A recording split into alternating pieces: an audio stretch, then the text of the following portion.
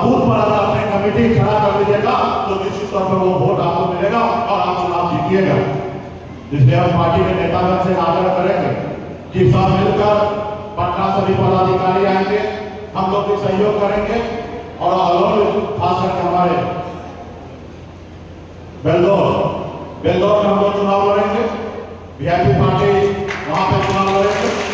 उसको तैयारी रखिए, अगला साल में जब चुनाव होगा तो आपका अपना विधायक होगा और पार्टी के नेता भी आप भी चुनाव लड़ सकते हैं, लेकिन तैयारी कीजिए। हमारे पास 2 टिकट है, अगर आप अच्छा तैयारी कीजिएगा, अच्छा पहचान होगा तो हम विधायक का टिकट देंगे। अगर आपका अच्छा तैयारी नहीं होगा, आप लोग जानेंगे पहचानेंगे नहीं, तो दूसरा टिकट कौन देंगे मालूम है? सिनेमा हॉल का, तो 3 घंटा जाके पिक्चर देखे घर पे जाके सो जाइएगा।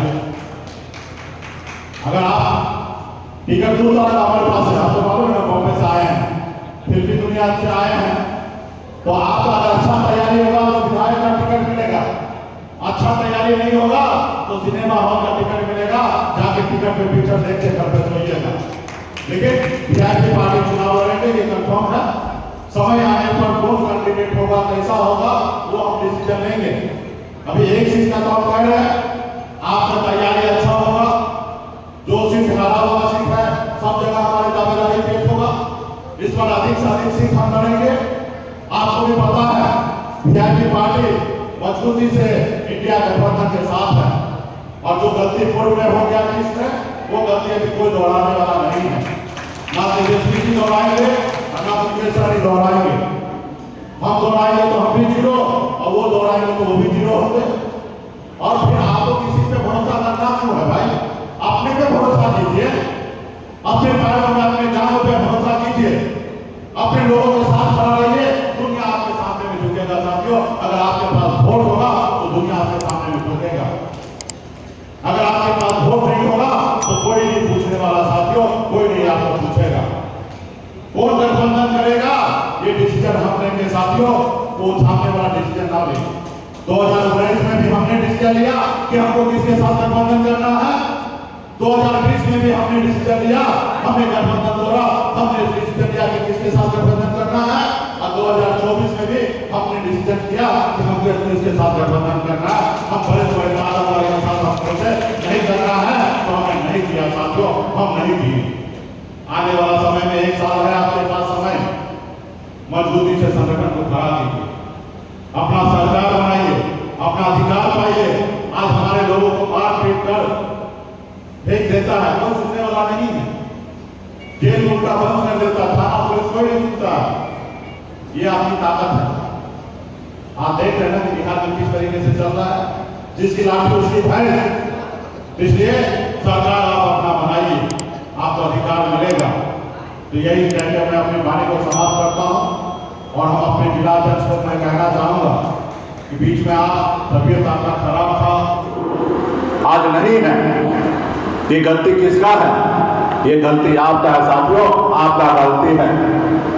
आप अपने गुलामी की जंजीर को नहीं तोड़े, आपने हालात से समझौता कर लिया कि हम निशानपुर में जन्म लिए और मेरा नसीब यही सा है कि सुबह शाम हम सिर्फ मछली मारे और बाजार में बेचकर घर परिवार चलाएं।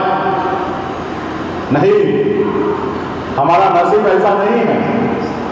आप अपने नसीब को बदल सकते हैं साथियों, आप अपने नसीब को बदल सकते हैं जैसे मैंने अपने नसीब को बदला, जैसा लालू प्रसाद यादव जी ने नसीब को बदला। एक दलित का बेटा बाबा साहब भीमराव अम्बेडकर ने अपने नसीब को बदला, एक बहन मायावती जी ने अपने नसीब को बदला, स्वर्गीय रामविलास पासवान जी ने अपने नसीब को बदला साथियों। उन्होंने संघर्ष किया, लड़ाई लड़ा, आज देश दुनिया उनको सलाम करते पूछते हैं साथियों। वो भी गरीब घर में ही जन्म लिए थे। इसलिए साथियों, आप संघर्ष कीजिएगा तो आप बड़ा आदमी बनिएगा। आप सुबह में काम कीजिएगा, दोपहर में आराम कीजिएगा और रात को पी के सो जाइएगा, तो आपकी तरक्की कैसे होगा? आपको अच्छा बुरा के साथ आपको जिंदगी को जीना है, कल के बारे में सोचना है, अपने आने वाला पीढ़ी के बारे में सोचना है। तब जाके समाज में बदलाव आएगा साथियों, ऐसे नहीं होगा। हर एक आदमी को जवाबदेही लेना पड़ेगा। ये सिर्फ मुकेश सहनी का काम नहीं है, ये हर एक किसान का बेटा का कर्तव्य है कि अपने हक अधिकार के लिए लड़ाई लड़िए। ऐसा मैं पहला आदमी नहीं हूं कि मैं संघर्ष कर रहा हूं। हमसे पहले भी लोग बहुत सारे मेहनत किए हैं, लेकिन सही रास्ता पे नहीं चलने के कारण, उनके पास संसाधन नहीं रहने के कारण वो मंजिल तक नहीं पहुंचे हैं। आज आप हमें देखिए, हमारे पास संसाधन है, अच्छे रास्ते पे चलने का सोच समझ है और हमने करके दिखाया। आपने देखा 18 में हमने पार्टी बनाई, 2019 में हमने चुनाव लड़ा, सफलता हासिल नहीं हुआ। सिर्फ एक कारण कि हम जमीन पे मजबूत नहीं हैं, हम जमीन पर संगठन खड़ा नहीं कर पाए, इसलिए हम चुनाव खगड़िया में चुनाव हार गए साथियों। 2020 में हम 4 विधायक बनाए थे आपके सहयोग से, हम बिहार में मंत्री बने, हमने बिहार में मुख्यमंत्री बनाया साथियों। अगर हम समर्थन नहीं देते तो बिहार में मुख्यमंत्री नीतीश कुमार मुख्यमंत्री नहीं बनते साथियों, ये मेरा ताकत था। हमने पूरे बिहार को बताया मल्ला का मतलब सिर्फ मछली मारना नहीं होता, विधायक बना के मुख्यमंत्री बनाने का भी होता है साथियों, और हमने बनाया। और आपके हक अधिकार के लिए मैं काम कर रहा था, मैं किसी का गुलाम नहीं बनना चाहता था। जो वर्षों से मेरा अधिकार है उसके लिए मैं काम कर रहा था, लेकिन उसको अच्छा नहीं लगा। जो वर्षों से आपको गुलाम बना के रखा है, अपने पैरों तले दबा के रखा है, उसको अच्छा नहीं लगा और उन्होंने हमारे विधायक को खरीद लिया, हमें वो सरकार से बाहर कर दिया जो सरकार हमने बनाया था। इसलिए क्योंकि मैं आपके लिए काम कर रहा था, तो हमें तो उन्होंने रोड पे ला दिया। लेकिन आपने क्या सोचा, आपने क्या किया? इसलिए साथियों, पिछले 10 सालों से अपने घर परिवार और बच्चे को छोड़कर आज आपके हक अधिकार के लिए मैं लड़ाई लड़ रहा हूं। आप अपने दिल पे हाथ दे के सोचिए कि मैं कितना पैसा खर्च कर रहा हूं, कितना मेहनत कर रहा हूं, कितना घर परिवार को छोड़कर आपके पीछे घूम रहा हूं। क्या उसका 1% भी आप अपना समय दे रहे हैं? क्या उसका 1% भी काम कर रहे हैं? नहीं कर रहे हैं। हो सकता है मैं गलत रास्ता पे हूं, इसलिए आप हमें मदद नहीं करते हैं। आप बताइए, मैं अगर कल चाहूं तो भारत सरकार में मंत्री बन सकता हूं। आपने देखा जो आपके पार्टी में आपके पीछे पीछे घूमता था, आज वो भारत सरकार में मंत्री बना हुआ है। आज जिसको हमने 2020 में टिकट दिया, आज वो बिहार सरकार में मंत्री बना हुआ है। हम नहीं हैं। क्यों नहीं है? क्योंकि मैं विचार से चलता हूं साथियों। आपने जो हम पे सपना देखा है, हमने जो सपना देखा है, हम उस सपना को साकार करने के लिए आज हम संघर्ष कर रहे हैं साथियों, संघर्ष कर रहे हैं। आज आप सबको पता होगा 2 महीना पहले हमारे घर में घटना हुआ, हमारे पिताजी का हत्या हुआ।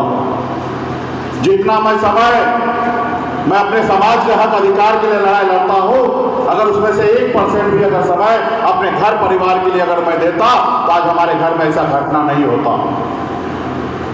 मैं अपने घर परिवार को छोड़कर आपके अधिकार के लिए लड़ाई लड़ रहा हूं साथियों। जब मैं 0 था, मैं कुछ नहीं था, तब आप लोगों ने मजबूती से साथ दिया।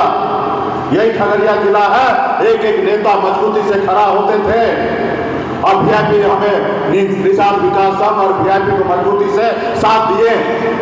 और आज जब आप शिखर पे पहुंच रहे हैं तो आज आप सो गए हैं।